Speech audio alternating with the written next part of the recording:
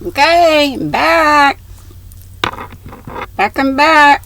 Chapter 18. Which was it? And this is a really long chapter, so might be 3 parts of this too. Rose did read and digest and found her days much richer for the good company she kept. For an introduction to so much that was wise, beautiful, and true could not but make that month a memorable one. It's not strange that while the young man almost admired heroism and self-reliance, the girl preferred love and friendship, reading them over and over like prose poems, as they are, to the fitting accompaniment of sunshine, solitude, and sympathy, for letters went to and fro with praiseworthy regularity. Rose much enjoyed this correspondence and found herself regretting that it was at an end when she went home in September, for Mac wrote better than he talked, though he could do that remarkably well when he chose. But she had no chance to express either pleasure or regret. For the first time you saw him after her return, the change in his appearance made her forget everything else. Some whim had seized him to be shaven and shorn, and when he presented himself to welcome Rose, she hardly knew him. The shaggy hair was nicely trimmed and brushed, the cherished brown beard entirely gone, showing a well-cut mouth and handsome chin and giving a new expression to the whole face. "Are you trying to look like Keats?" she asked after a critical glance which left her undecided whether the change was an improvement or not. "I'm trying not to look like Uncle," answered Mac coolly. "And why, if you please?" demanded Rose in great surprise. "Because I prefer to look like myself and not resemble any other man, no matter how good or great he may be."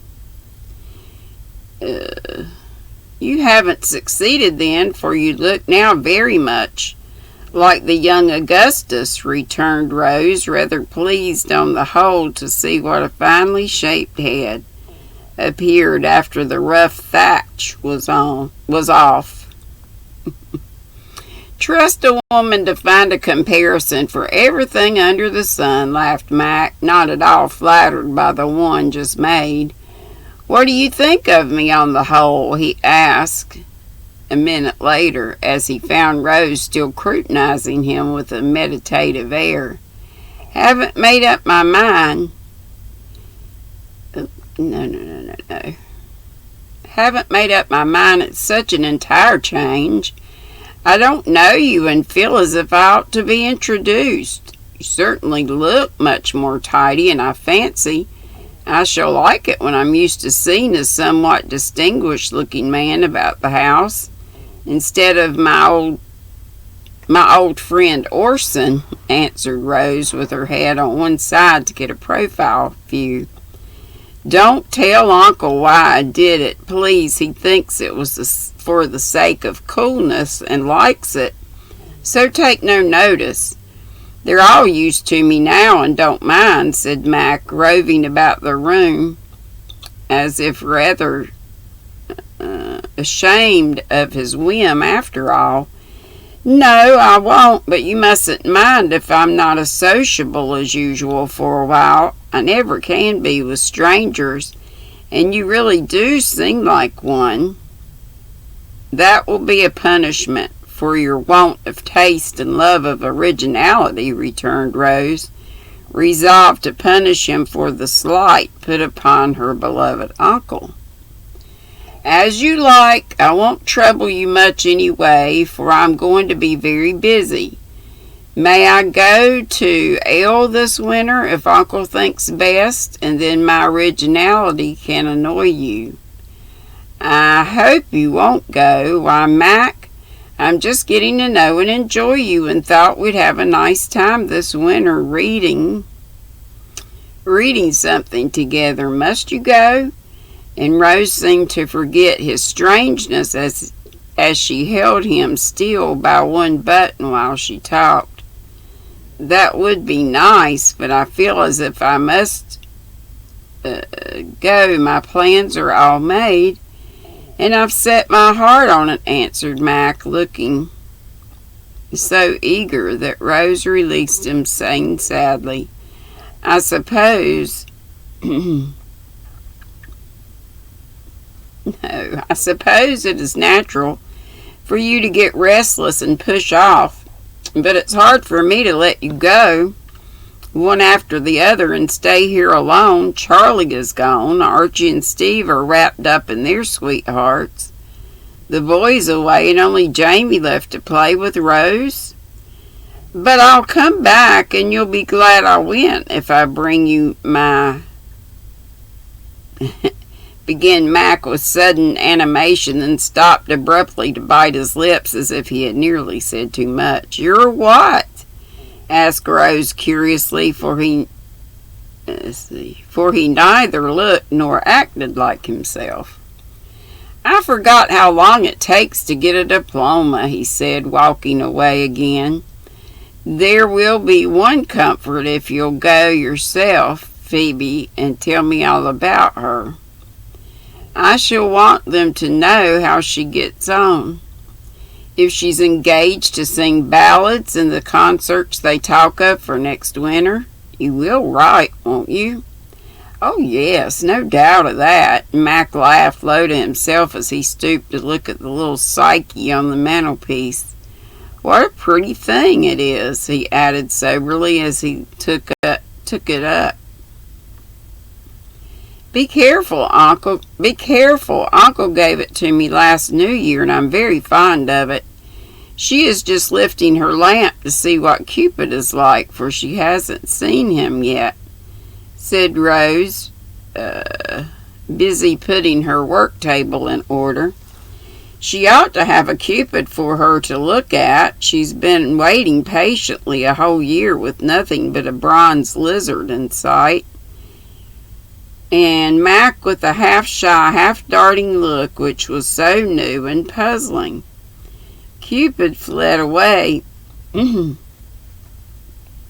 Cupid fled away as soon as she woke him, you know, and she had a bad time of it. She must wait longer till she can find and keep him. Do you know she looks like you, hair tied up in a knot and spiritual sort of face? Don't you see it?" asked Mac, turning the graceful little fingers towards her. "Not a bit of it. I wonder whom I shall resemble next. I've been compared to a Fra Angelico angel, Saint Agnes, and now Psyche, Syke, as Annabelle once called her. You'd see what I mean if you'd ever watch your own face when you were listening to music. Talking earnestly or much moved, then your soul gets into your eyes and you're like Psyche. Tell me the next time you see me in a soulful state, and I'll look in the glass, for I'd like to see if it is becoming," said Rose merrily as she sorted her gay worsteds. Your feet in the full-grown grasses moved soft as a soft wind blows. You passed me as April passes. What a face made out of a rose, murmured Mac under his breath, thinking of the white figure going up a green slope one summer day. Then, as if chiding himself for sentimentality, he set Psyche down with great care and began to talk about a course of solid reading for the winter. After that, Rose saw very little of him for several weeks, as he seemed to be making up for lost time, and was more odd and absent than ever when he did appear. As he became accustomed to the change, change his external appearance, she discovered that he was altering fast in other ways, and watched the distinguishing-looking gentleman with much interest, saying to herself, when she saw a new sort of dignity about him, alternating with an unusual restlessness of manner, and now and then a touch of sentiment, Genesis shimmering just as I predict. Genius. Genius is simmering just as I predicted. As the family went in mourning, there were no festivities on Rose's 21st birthday, though the boys had planned all sorts of rejoicings. Everyone felt particularly tender toward their girl on that day, remembering how poor Charlie had loved her, and they tried to show it in the gifts and good wishes they sent her. She found her sanctum all aglow with autumn leaves, and on her table so many rare and pretty things she quite forgot she was an heiress, and only felt how rich she was in loving friends. And I think I'll stop there. I know that wasn't a whole lot, but combined with the other, you know it, I'm getting sleepy. And it's almost 7 o'clock. Too late to take a nap, but I'm sure I will just as soon as I start trying to stitch. Oh, I want to work with all these bougie yarns, and they are so soft. Love knit crate. Mercy, mercy me, but I got too many other things started. And this came, I showed this on live today, I think. Yeah, I'm sure I did. And I got it for one pattern, but I'm sure I'll find others. And there it is. Oh, Lord, I hope it's not hard. But it is so pretty. And I saw it done up at the Smoky Mountain Spinnery, just like I would like to do it. Gosh, it's a lot of pretties in here. A lot of pretties. Where is it? Dude, that's pretty.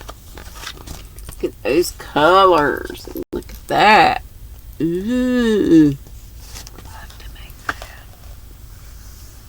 I love capes like that.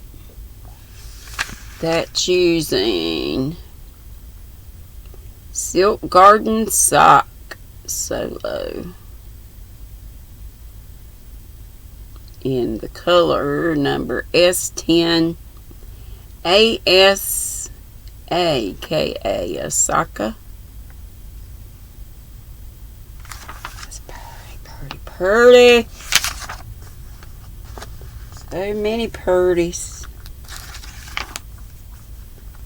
But where is that?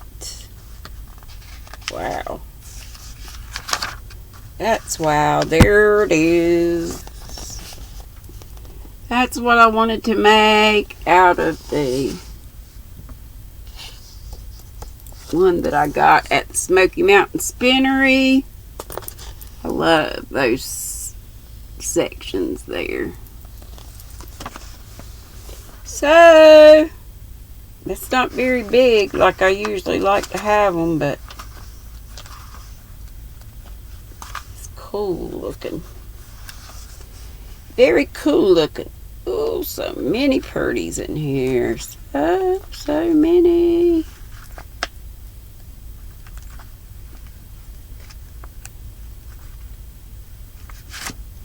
Here it is, triangular scarf.